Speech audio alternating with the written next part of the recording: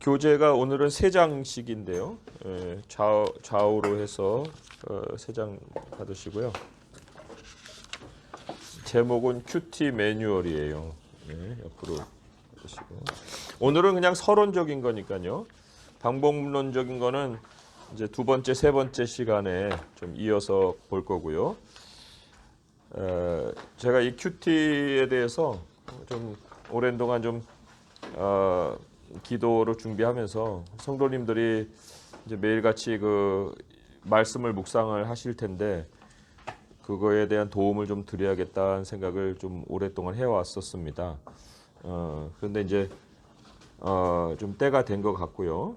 그리고 또 우리가 이렇게 함께 모여서 기도 제목도 나누지만 서로 이제 말씀을 묵상한 그러한 시간들도 좀 나눌 수 있으면 좋지 않을까 하는 생각에서 좀 그런 기본적인 작업으로 먼저 이제 큐티 매뉴얼을 통해서 좀 먼저 말씀을 드려야겠다는 생각을 했어요.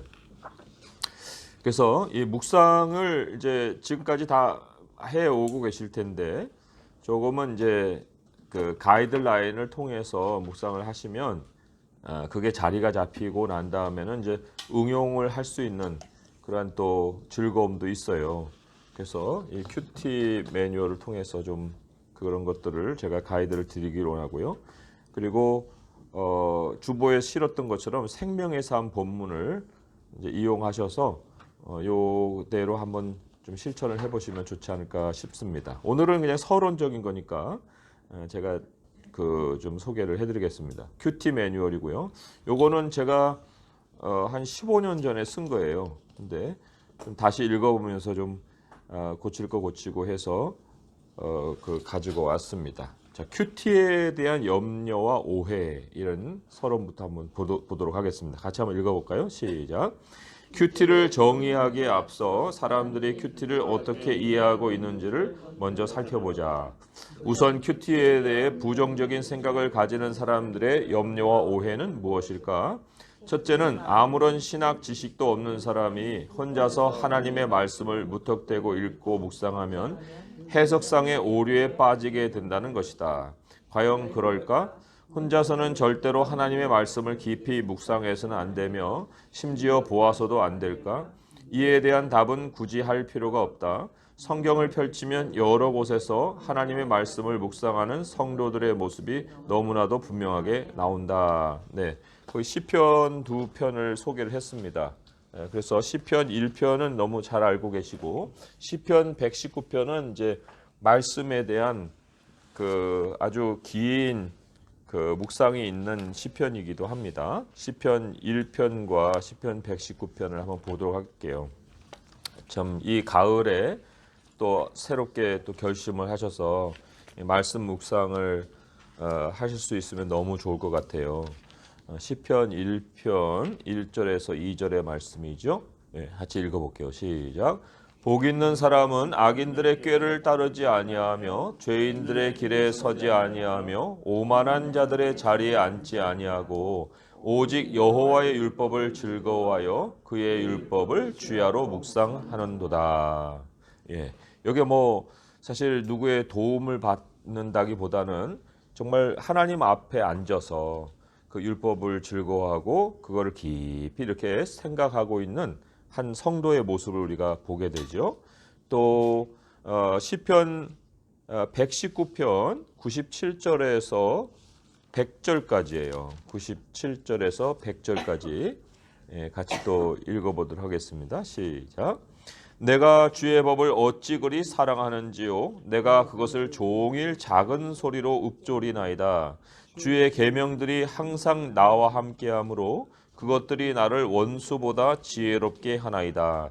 내가 주의 증거들을 늘 읊조림으로 나의 명철함이 나의 모든 스승보다 나으며 주의 법도들을 지킴으로 나의 명철함이 노인보다 나으니이다. 이 개정 개혁은 개혁 개정은 작은 소리로 읊조린다는 말로 바꿨어요. 옛날 개혁 한글은 묵상하나이다 이렇게 번역이 되어 있습니다. 근데 이제 묵상이란 말이 좀 오해할 수 있는 여지가 있어서 히브리식의 그 문자적인 뜻, 작은 소리를 읊조린다. 그래서 옛날 우리 어른들 신문 읽을 때 그냥 소리 내서 가락을 해가지고 읽던 그 아마 할아버지 이상의 세대 분들을 기억하실 수 있을 것 같은데 그게 바로 이제 유대식의 묵상 방법이었다는 겁니다. 그래서 입술로 우물우물우물 하면서 이제 이렇게 되뇌이는 거죠.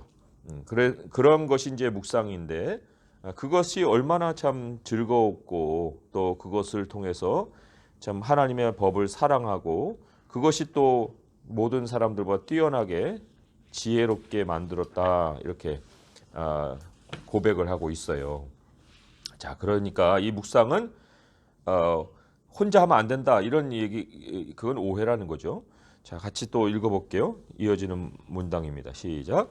무교의 주의자가 아닌 이상 성도는 성령님의 인도하심을 따라 그리스도의 몸 안에서 자라가며 하나님이 그리스도의 몸된 교회를 세우기 위해 세우신 교사들로부터 지속해서 말씀의 가르침을 받는다.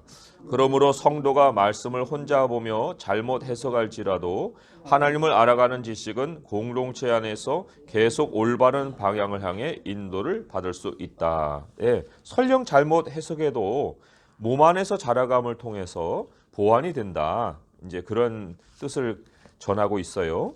에베소서, 디모데후서, 히브리서 세 군데를 한번 또 같이 한번 찾아보겠습니다. 그러니까 성도는 외톨이가 돼서는 안 됩니다. 그러니까 외톨이가 되기 때문에 혼자 읽는 것이 위험해지는 건데 그 같이 공동체를 이루어서 몸으로 자라감이 있기 때문에 큰 염려가 되지 않는다는 거죠. 에베소서 4장 313쪽에 있어요. 에베소 4장 11절에서 13절까지 한번 읽어보겠습니다. 시작.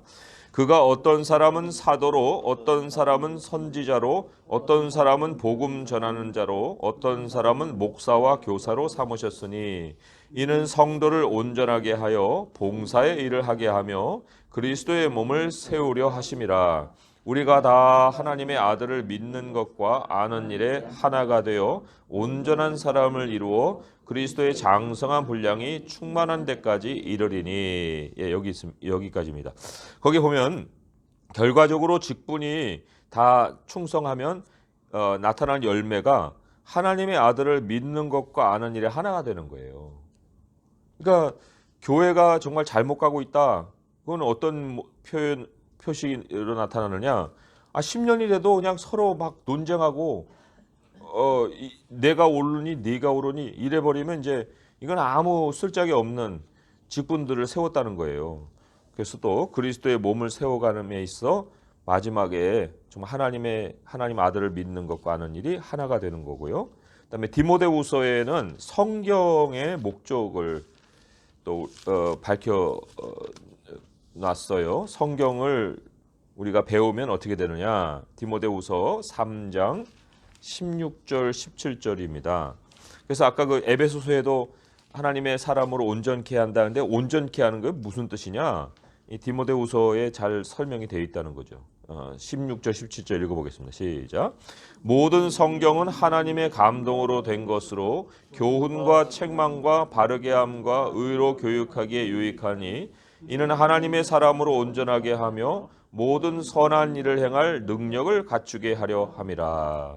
네, 여기도 이제 묵상의 개념에서 보면 그 선한 일을 행할 능력을 갖추게 한다. 그래서 실천으로 옮겨갈 수 있게끔 해주신다. 이게 이제 적용에 대한 것까지도 같이 포함이 되는 거겠죠. 네, 그런데 그 출발에 있어서는 이제 성령의 교육하심이 있다는 거예요. 성령, 하나님의 감동이라는 거에 배후에는 이제 성령이 계시는 거거든요. 그 성령이 교훈도 하고 책망도 하고 옳은 길을 알려주시기도 하고 또 하나님과 연결시키는 그 일을 가르치시기도 하고 그래서 하나님의 사람이 온전하게 돼서 이제 선한 일, 하나님이 맡기신 그 일을 행할 수 있게 해주신다. 이렇게 조정해가는 기간이 있다. 이거를 얘기하는 거예요. 그다음에 히브리서 10장 24절에서 25절도요.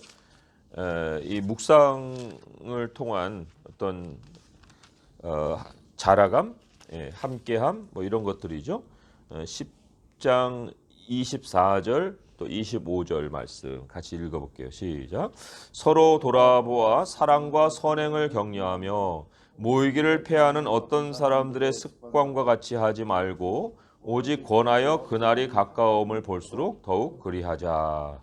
네, 여기에도 이제 선행이 나오죠. 선행을 격려하자, 서로 돌아보자, 모이자 이렇게 했기 때문에 우리 묵상 시간은요 굉장히 개인적인 것으로만 생각하겠지만은 이제 제가 그래서도 우리 성도님들과 함께 모일 때 말씀을 나누는 시간을 좀 가져야겠다는 생각을 가진 것이 이제 서로가 깨달은 것을 나누다 보면 거기에 서로 또 배워요.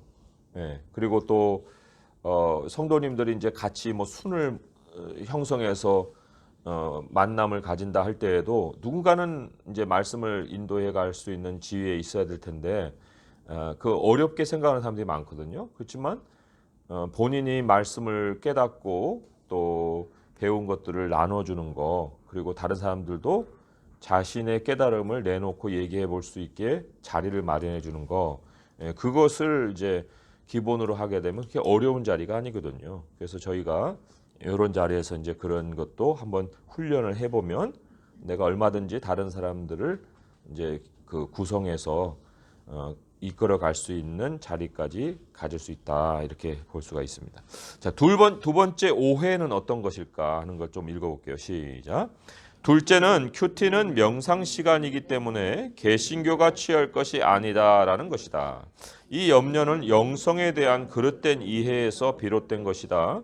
큐티를 수도나 참선 또는 면벽과 같은 명상 훈련과 동일 선상에서 이해하는 것은 큐티를 타 종교의 영성에서 이해하기 때문이다.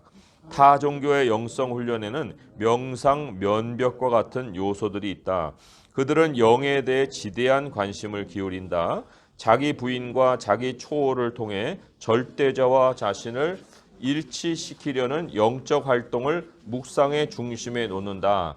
그들이 하는 묵상의 중심에는 영을 거룩하게 하고 맑게 하는 노력이 상당 부분을 차지한다.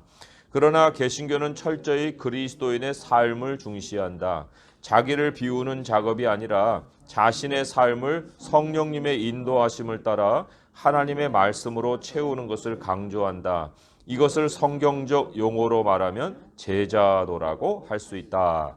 네, 이 영성이라는 단어 자체 조금 이따가 이제 그 더 자세히 다루겠지만 이게 기독교 용어가 아니에요. 네, 이게 타 종교에서 가져온 용어예요. 그래서도 이 영성에 대한 오해가 이제 이러한 일을 그 오해를 낳을 수 있고요. 그다음에 그런 그 말 들어봤나요? 관상기도라는 거?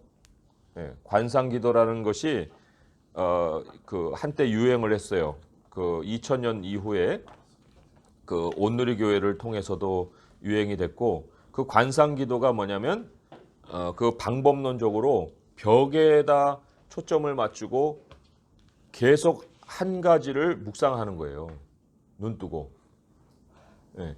그래서 거기에서 하나님으로부터 영감을 받는 거죠. 그러니까 그 또 명상 이렇게 영락교회 같은 경우에 그 무릎 요가 자세를 하고 손을 가볍게 올려놓고 호흡을 통해서 명상을 하는 거예요. 그게 또 한동안 유행을 했어요. 그래가지고 영국에서 그 일을 했다가 그 목사가 문제가 돼갖고 쫓겨난 교회도 있거든요. 그러니까 이게 용어를 우리가 잘 정의를 해서 실천해야 되는데 용어가 아니라 방법론까지 같이 가져와가지고 그거를 실천을 하다 보니까 전혀 우리의 것이 아닌 것을 가지고 묵상을 한다는 거죠. 그래서 이 관상기도 뭐 이런 책 같은 거는 읽지 마세요. 그거 별로 안 좋아요. 아주 이름이 유명한 목사님도 그런 거를 썼는데 그 목사님의 이름만 갖고 그거를 내가 내 것으로 그거 할 것이 아니에요. 절대로. 그건 위험한 일이고요. 그래서 묵상과 행함은 항상 같이 가야 된다는 거죠. 여호수아 1장 8절의 말씀 한번 보겠습니다. 여호수아 1장 8절 말씀. 구약 성경인데요. 320쪽에 있습니다. 320쪽 여호수아 1장 8절 말씀. 네, 같이 읽어볼게요. 시작. 이 율법책을 내 입에서 떠나지 말게 하며 주야로 그것을 묵상하여 그 안에 기록된 대로 다 지켜 행하라. 그리하면 내 길이 평탄하게 될 것이며 내가 형통하리라. 예, 여기 이제 묵상과 실천이 연결돼 있잖아요. 예, 그러니까 그냥 어떤 깨달음의 경지에 이르는 그게 묵상이 아니다는 얘기죠. 또 누가복음에는 이제 신약 성경이 있죠. 누가복음 11장 28절에 거기에도 그 행함에 대하여 그 말씀이 연결돼서 나옵니다. 누가복음 11장 28절 말씀이에요. 누가복음 11장 28절 말씀. 자, 읽어볼게요. 시작. 예수께서 이르시되 오히려 하나님의 말씀을 듣고 지키는 자가 복이 있느니라 하시니라. 예, 듣고 지킨다 하는 것이 이제 아까 그 말씀을 마음에 두었나이다. 그래서 내가 내 지혜가 노인보다 승하니이다 하는 말씀도 있어요. 그러니까 하나님의 말씀을 듣고 그걸 종일 묵상하면서 살아가는 거죠. 예, 그게 묵상하며 살아간다는 것이 이제 지킨다 그런 의미의 아주 핵심이라고 볼 수가 있습니다. 그래서 이제 우리에게는 삶이 연결되어 있는 말씀이다 이렇게 정리를 할 수 있고요. 그 이어지는 문단을 같이 읽어볼게요. 시작. 삶의 바탕을 둔 개신교의 묵상이 타 종교의 명상으로 오해되는 이유는 타 종교의 용어인 영성과 우리가 말하는 묵상의 개념이 혼합 사용되고 있기 때문이다. 용어와 개념이 섞여 사용되다 보니 성경 묵상 방법도 혼란스러운 것이 사실이다. 그렇다고 이미 영성이란 용어가 대중 안에 자리 잡혔는데 그 말을 써서는 안 된다고 하는 것도 해결책이 아니다. 또한 이 용어를 대체할 말이 딱히 있는 것도 아니다. 오히려 영성의 참 개념을 재정의하는 것이 최선의 해결책일 것이다. 영성이란 말은 이 말을 듣는 사람마다 느끼고 생각하는 바가 제각각일 수 있다. 대부분은 영성이란 말을 영과 관련된 것으로 생각할 것이다. 하지만 창세기의 창조 기사를 살펴보면 그렇지만은 않은 것을 알 수 있다. 하나님이 사람을 하나님의 형상대로 창조하시고 그 코에 생기를 불어넣어 사람으로 생명이 되게 하신 것은 사람을 영적 존재로 만드시려는 목적만이 아니었다. 그렇게 창조된 사람에게 하나님은 생육하고 번성하여 땅에 충만하고 땅을 정복하고 그 안에 모든 것을 다스리라는 명령을 주셨다. 이렇듯 사람은 단순히 영적으로 존재하기 위해 창조된 것이 아니다. 사람의 존재에는 하나님이 부여하신 삶이 본질에 어우러져 있다. 그래서 영성이라고 할 때는 영의 문제만 아니라 영적 존재로 태어난 사람의 전인적 삶의 문제를 포함한다. 첫 아담은 죄를 범함으로 이 영성을 잃어버렸지만 우리에게 오신 마지막 아담이신 예수 그리스도는 우리에게 이 영성을 회복해 주셨다. 자, 고린도전서 15장 45절에 살려주는 영이 되는 마지막 아담이다. 예수님을 마지막 아담으로 소개를 했어요. 왜 아담으로 소개했을까? 그거는 이제 실패했던 첫 아담의 모습을 우리 주님이 우리에게 가져다 주신 분이라는 거예요. 그렇다고 할 때 아담이 처음에 지어질 때 영적인 존재로만 지어지지 않았잖아요. 그죠? 그래서 살려주는 영이다 하는 것은 그 우리에게 초반에 창세기에 주어진 영성을 우리에게 부여하시는 분이다 이렇게 볼 수 있어요. 한번 45절 읽어보겠습니다. 시작. 기록된 바 첫사람 아담은 생명이 되었다 함과 같이 마지막 아담은 살려주는 영이 되었나니. 여기 아담의 생명을 살려주는 영이 예수님이에요. 아담의 생명. 그러니까 아담의 생명이 아까 영과 하나님이 지상 명령이 합쳐진 것이라 이렇게 설명을 드렸잖아요.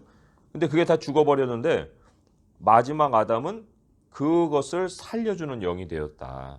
그래서 다시 옛 아담의 모습이 복원되는 그러한 존재로 우리를 이제 회복시켜 주셨다는 거죠. 자, 이어지는 문단, 그 한 문단 읽어보겠습니다. 시작.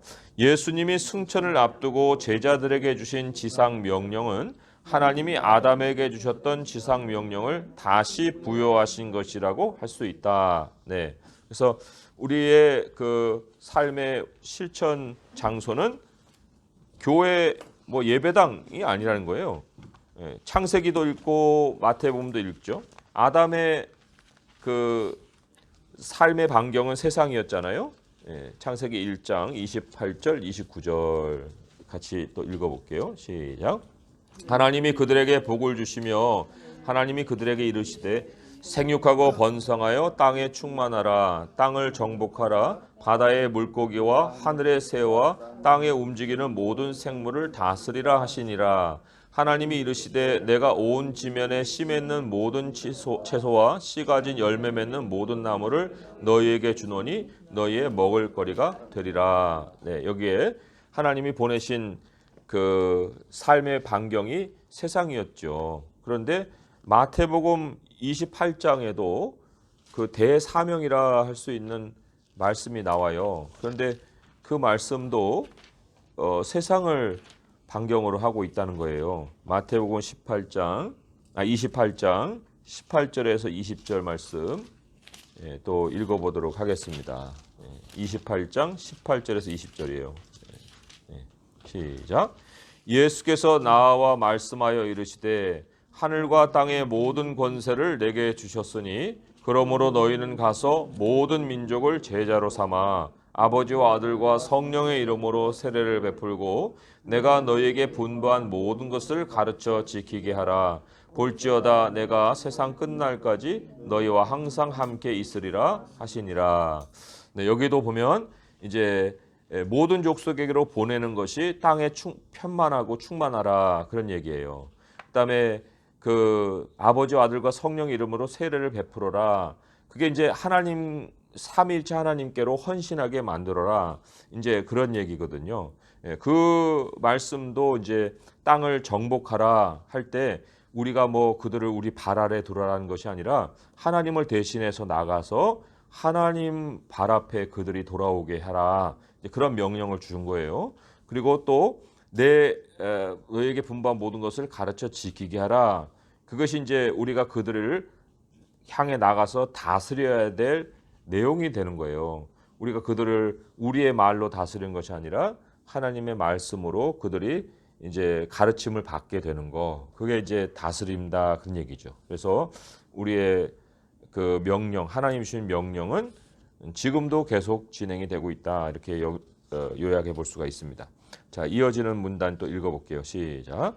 예수님은 이제껏 세상을 채우거나 정복하거나 다스리지 못했던 사람들에게 하늘과 땅의 모든 권세를 가지고 명령하시길 너희는 가서 모든 민족을 제자로 삼아 아버지와 아들과 성령의 이름으로 세례를 베풀고 내가 너희에게 분부한 모든 것을 가르쳐 지키게 하라고 하셨다. 이로써 아담이 본래 성취했어야 할 일이 예수 그리스도 안에서 가능해졌다. 즉 아담의 전인적인 영성의 발휘가 예수님의 지상 명령으로 가능해진 것이다. 그러므로 묵상을 통해 단순히 영만을 훈련하는 것은 반쪽 영성을 길러낸다. 우리에게 회복된 영성의 본질을 제대로 맛보기 위해서는 필연적으로 말씀을 삶에 적용하고 실천하는 일이 따라야 한다.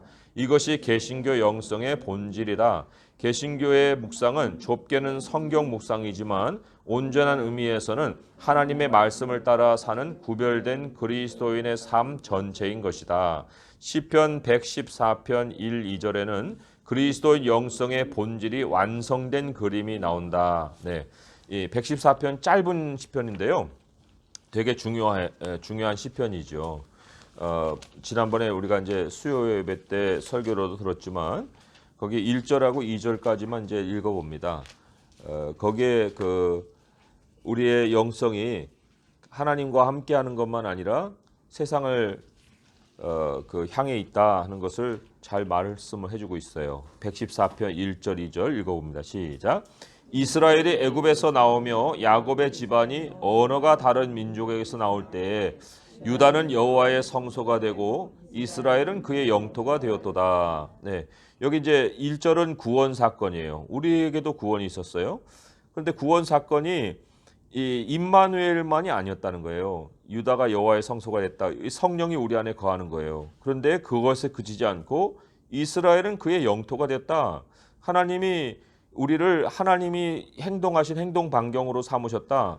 그걸 얘기하고 있거든요. 근데 하나님이 계시는 곳은 온 만물이죠. 그러니까 만물에 우리를 이제 보내시는 그 사명까지 포함하고 있는 그 고백이에요. 조금 더 설명을 통해서 한번 읽어보도록 하겠습니다. 셋째는 그 전까지 읽어볼게요. 시작. 구원받은 하나님의 백성들은 하나님을 모시는 성소만 된 것이 아니다. 또한 그들은 하나님의 영토가 되었다. 이것은 사람이 하나님과 가지는 관계만 아니라 세상과 가지는 관계가 회복된 것을 뜻한다. 하나님을 중심에 모신 성전된 그리스도인들은 하나님이 그들을 세상으로 보내시는 명령에 따라 온 땅으로 나아간다. 그 결과 그들의 발길이 닿는 곳은 하나님의 임재가 계시는 하나님의 영토가 된다. 그러므로 그리스도인의 궁극적인 영성은 예수 그리스도 안에서 회복된 아담의 참 영성을 이 세상 가운데서 나타내며 하나님이 자신을 표현하고자 하시는 만큼 다양하게 하나님을 나타내는 모습이 되는 것이다. 즉 자신들 안에 계신 하나님이 가고자 하시는 모든 곳으로 나아가 자리함으로써 온 땅을 하나님의 통치 아래 두는 것이다. 이 땅에서 이 사명을 실천한다고 할 때 나의 영혼만 아니라 또한 우리 교회만 아니라 우리의 모든 삶이 하나님이 세우시려는 나라가 되어야 함은 그리스도인 영성의 대전제이다.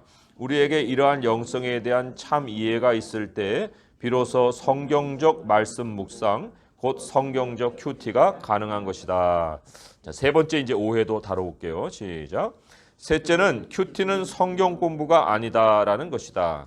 이 오해는 큐티를 단지 마음의 감동을 주기 위한 수단으로 보기에 생긴다. 하지만 큐티는 종합 예술과도 같다. 큐티는 우리의 지성, 감성, 의지가 다 어우러진 일이다. 그간 겪어온 삶의 모든 체험, 모든 교육, 그간 배워온 하나님 말씀에 대한 모든 지식, 모든 감정, 모든 생각이 말씀 묵상에서 한데 어우러지는 것이다. 큐티는 성경 공부가 아니라고 말하는 사람은 공부에 대한 정의가 잘못된 사람이다.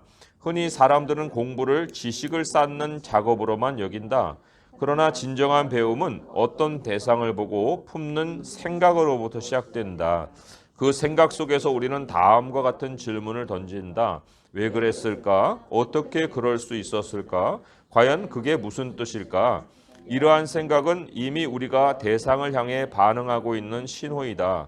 이런 생각은 대상에 대한 더 깊은 관찰과 탐구로 이어진다.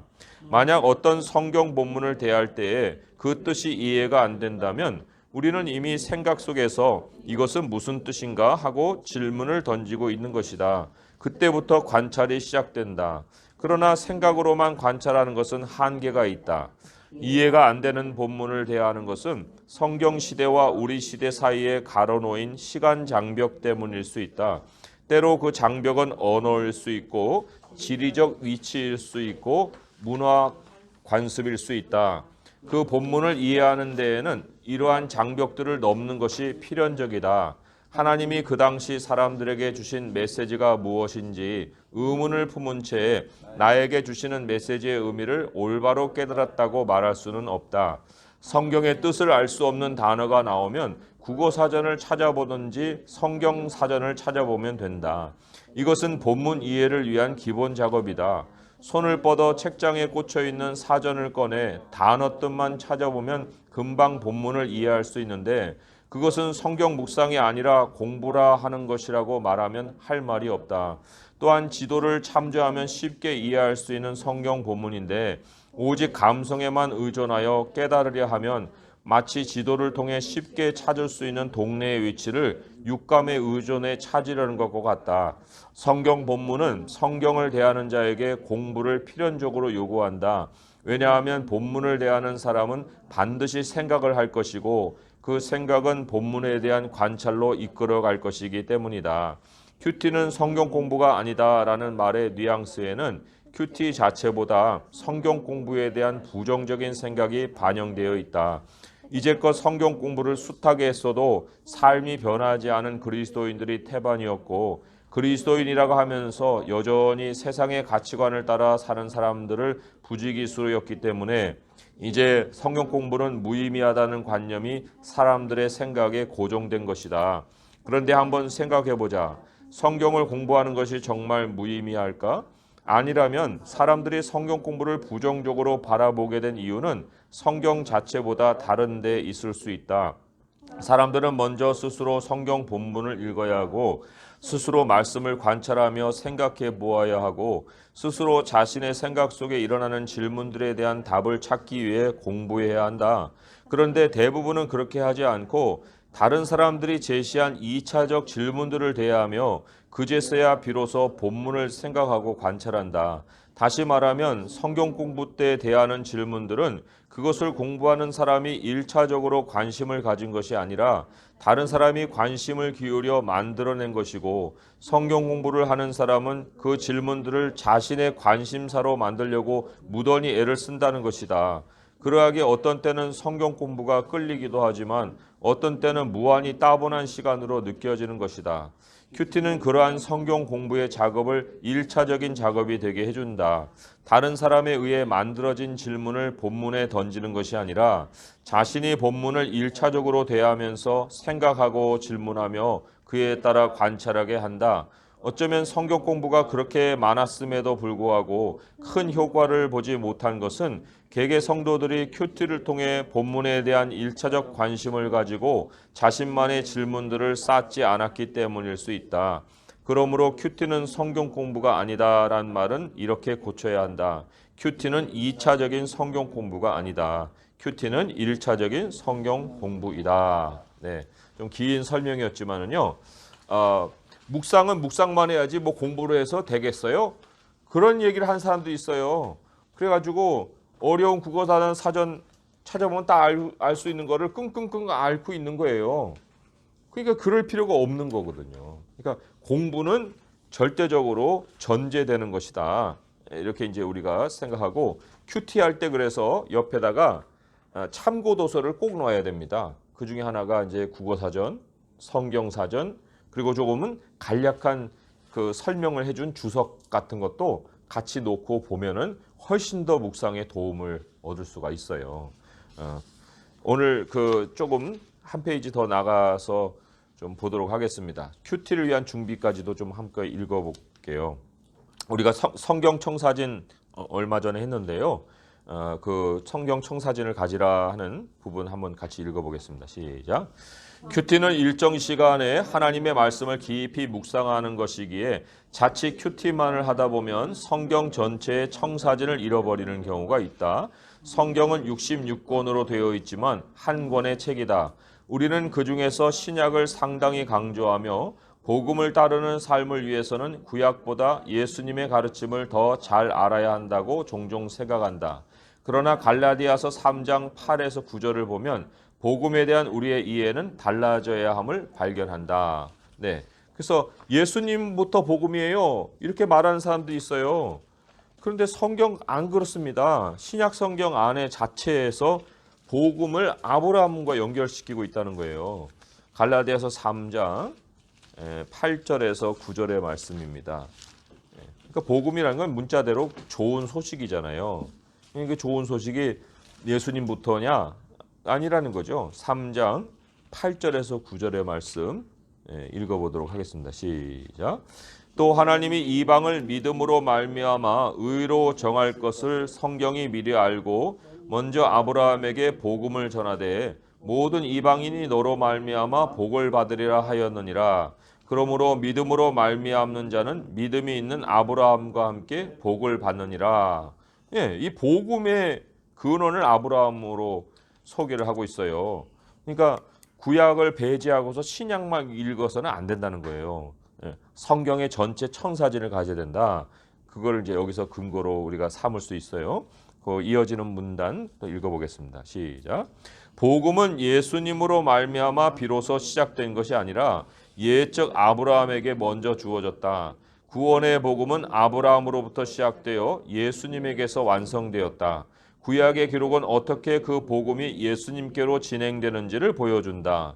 이처럼 구약과 신약은 복음이란 큰 주제 아래 하나로 묶여 있기에 우리는 큐티를 하면서 성경 전체를 놓치지 말고 항상 주어진 본문을 성경의 청사진에 비추어 보려고 해야 한다. 그러기 위해서는 꾸준히 성경을 읽는 것이 중요하다. 맥체인 성경 읽기표를 이용하면 일정 분량의 성경을 꾸준히 읽어 나가는데 도움이 된다. 그래서 생명의 삶 교재를 보면 거기에 맥체인 성경 읽기표가 매일 주어져 있어요. 그래서 묵상도 하고 그 읽기표도 읽고 그렇게 보완을 해야 된다 한 얘기죠. 자, 두 번째는 부분별 메시지를 잘 이해하고 해석하라 했어요. 읽어봅니다. 시작. 큐티는 성경의 한 부분을 깊이 묵상하는 시간이다. 전체를 이해하는 것도 중요하지만 부분을 바르게 이해하고 해석하는 것도 똑같이 중요하다. 인간의 죄는 하나님의 말씀을 묘하게 변형한 사탄의 미혹을 이기지 못한 데서 시작되었다. 사탄은 예수님을 시험할 때도 성경 일부를 인용하여 악하게 해석했다. 그는 시편 91편 10에서 11절을 인용하여 성전 꼭대기에서 뛰어내리라고 예수님을 미혹했다. 모든 이단은 하나님의 말씀을 왜곡해서 해석한다. 그러므로 사탄의 영적인 공격을 물리치기 위해서는 큐티를 통해 하나님의 말씀을 깊이 묵상하고 그것을 성경적으로 해석하는 것이 절대적으로 요구된다. 어떤 것이 성경적인 해석인가에 대한 문제에 대해서는 마지막 장에서 자세히 설명할 것이다. 자, 이 C번이요. 말씀을 바르게 배우고 삶에 적용하라. 읽어보겠습니다. 시작. 말씀은 묵상을 위한 책만이 아니다. 1장에서 그리스도의 영성에 대해 말할 때 이미 언급했듯이 말씀은 삶에 적용하는 것을 궁극적 목표로 가진다. 디모데후서 3장 16, 17절은 성경 말씀이 그 목표를 이루면서 역사하시는 생동력을 보여준다. 아까 읽은 말씀이에요. 읽은 말씀인데 다시 한번 찾아볼까요? 성경의 그 역동성이라고 할 수가 있어요.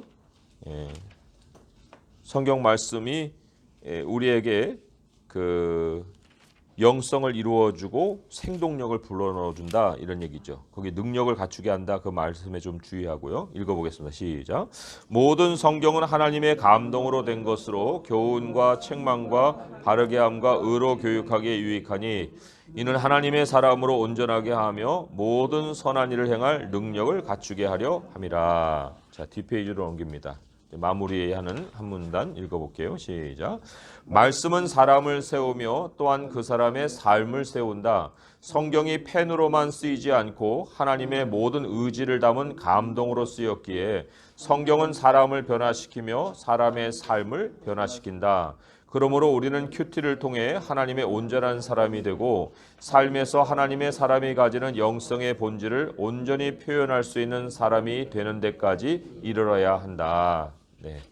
자, 오늘 길게 좀 설명을 드렸지만 이 말씀 묵상의 좀 그 중요성을 아시고 이제 내 삶에 이 묵상의 시간을 꼭 가져야겠다 이런 결심을 또 하시고요. 또 맥체인 성경 읽기를 통해서 지속적으로 좀 성경 전체를 보는 눈도 길러가시고 그래서 하나님의 말씀이 우리 성도님들의 삶에 빛이 되어서 남은 생애에 정말 하나님의 영광을 위해 살아가실 수 있기를 바랍니다.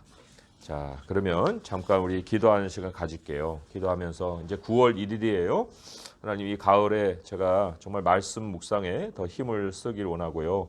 또 성경 읽고 묵상하는 시간 그 시간을 통해서 생명력을 더 불어 넣어 주시기 원합니다. 하나님 저의 결심이 쉽게 무너지지 않기를 원하니 하나님 도와주세요. 한 목소리로 기도하도록 하겠습니다. 하나님 아버지 감사합니다. 우리에게는 주님의 기름 부으심이 있어 누구에게도 가르침을 받아야 할 이유가 없고 주의 기름 부으심이 우리를 가르치신다 했습니다. 성령께서 우리를 주님의 생각으로 이끌어 가십니다. 아버지 우리가 정말 홀로 또 묵상하지 아니하고 교회를 세워가며 서로 말씀으로 격려합니다. 하나님 이제 이 말씀이 우리의 삶의 중심에 있고 정말 이 말씀이 우리의 삶을 빛나게 하시고 어둠이 우리에게서 물러가게 하시고 하나님이 천국 가는 그 길을 늘 비춰주셔서 우리의 마음에 평강이 있고 또 안식이 있고 또 소망이 날마다 충만할 수 있기를 원합니다. 하나님 이제 9월 1일인데 오늘 이후로부터 계속해서 주의 말씀을 더 가까이 하며 말씀이 이끌어가는 삶을 살게 하시고 말씀이 우리에게 주시는 축복의 삶을 늘 누리며 살게 하여 주옵소서. 하나님, 세상은 돌아보아도 정말 그 뉴스에 아무런 아버지 소망도 없고 우리의 마음을 오히려 더 혼란하게 만들고 정말 지치게 만들고 분노하게 만듭니다. 하나님, 이제 주의 말씀에 우리의 마음에 생각을 두어서 우리 주님의 생각으로 무장하게 하시고 세상에 어떠한 정말 소식이 들릴지라도 그것을 우리가 정말 듣고 마음의 흔들림을 당하지 않게 하시고 견고히 주의 말씀에 붙들려서 그 모든 것을 아버지의 말씀에 굴복시키고 우리의 생각까지도 굴복시키고 아버지의 인도함을 받으며 살아갈 수 있도록 도와주옵소서. 하나님이 정말 2019년 또 한 해가 마무리되어지는 이 4개월의 기간을 하나님의 말씀으로 충만하게 정말 복을 누릴 수 있는 우리 성도들의 삶이 되게 도와주옵소서. 예수님의 이름으로 감사하며 기도합니다. 아멘.